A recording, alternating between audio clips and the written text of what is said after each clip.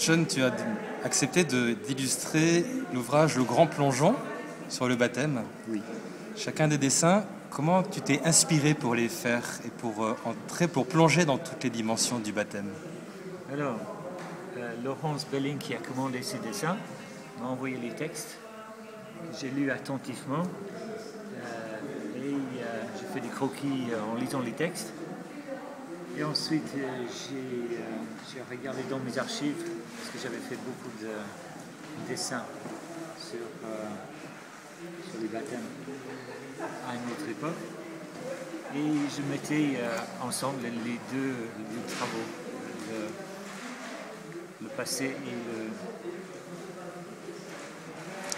le... Il y a un dessin qui représente le mieux le baptême dans tous ceux que tu as proposés pour le livre? Je crois que dans l'esprit que voulait Laurence, le dessin que j'aime beaucoup, c'est le gars qui est allongé à côté de l'eau, au bord d'une rivière. Il est allongé et il met son doigt dans l'eau. Et sur l'eau, il y a Jésus qui est debout, qui lui dit de venir marcher sur l'eau. Lui, il teste l'eau avec son petit doigt. Je crois que, pour moi, ce dessin symbolise la démarche de la baptême. C'est féminin?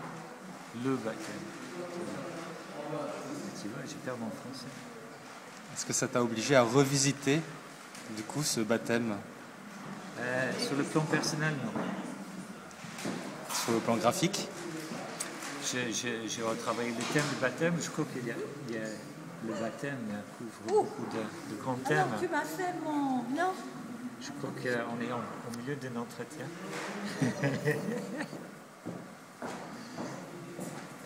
Je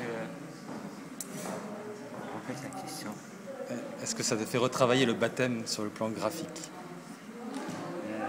Sur le plan graphique, ce que je voulais illustrer, c'est que ce qui représente le baptême, l'essentiel de ce que c'est le baptême. Et aller au cœur des démarches et pas sur les formalités. Et c'est facile d'aller au cœur des choses, au fond des choses, avec un dessin. C'est ma forme d'expression. Alors, si je ne peux pas aller au cœur des choses avec mon dessin, je ne peux pas aller au cœur des choses. J'explore les... Ça me permet de découvrir différemment un sujet et de me surprendre. Le résultat me surprend souvent. Et la surprise dans ces illustrations, ce serait quoi? Après, je laisse au lecteur à découvrir. Je laisse souvent de l'ambiguïté. Voilà, c'est un mot que j'arrive pas à prononcer. Ambiguïté dans mes dessins. Et que j'aime bien que le lecteur y apporte son propre vécu ou sa propre lecture du sujet. J'aime bien des dessins avec beaucoup de vide qui laissent la place au lecteur. Au lecteur être surpris ou pas, c'est ça. Il y a eu des retours sur ces dessins par des lecteurs qui ont peut-être découvert des choses sur le baptême? Pas pour moi, non. Mais pour Laurence m'a parlé de... Apparemment, ça se vend bien. Je ne sais pas si dans le monde de religion, si les livres catéchétiques sur le baptême, ça se vend bien ou pas. Elle dit qu'elle est agréablement surprise par les résultats et qu'elle a beaucoup de feedback positif à travers les gens qui l'ont acheté, qui l'utilisent pour travailler avec des jeunes. Et c'est une expérience comme une autre de dessiner pour une église sur le baptême, ou c'est pas une expérience comme les autres?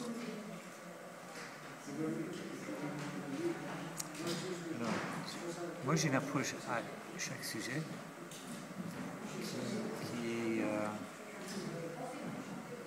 je prends le sujet comme tel. J'essaie de lire l'intérieur. J'essaie de répondre à la question.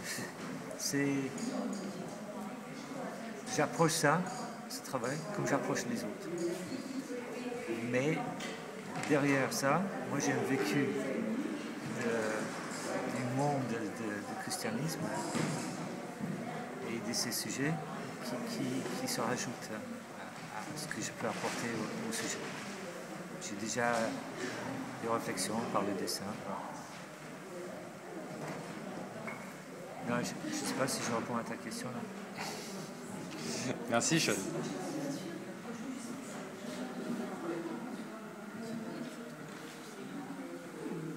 Select.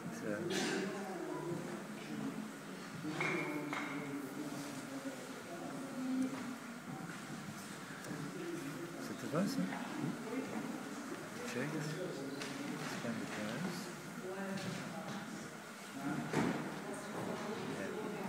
Hop.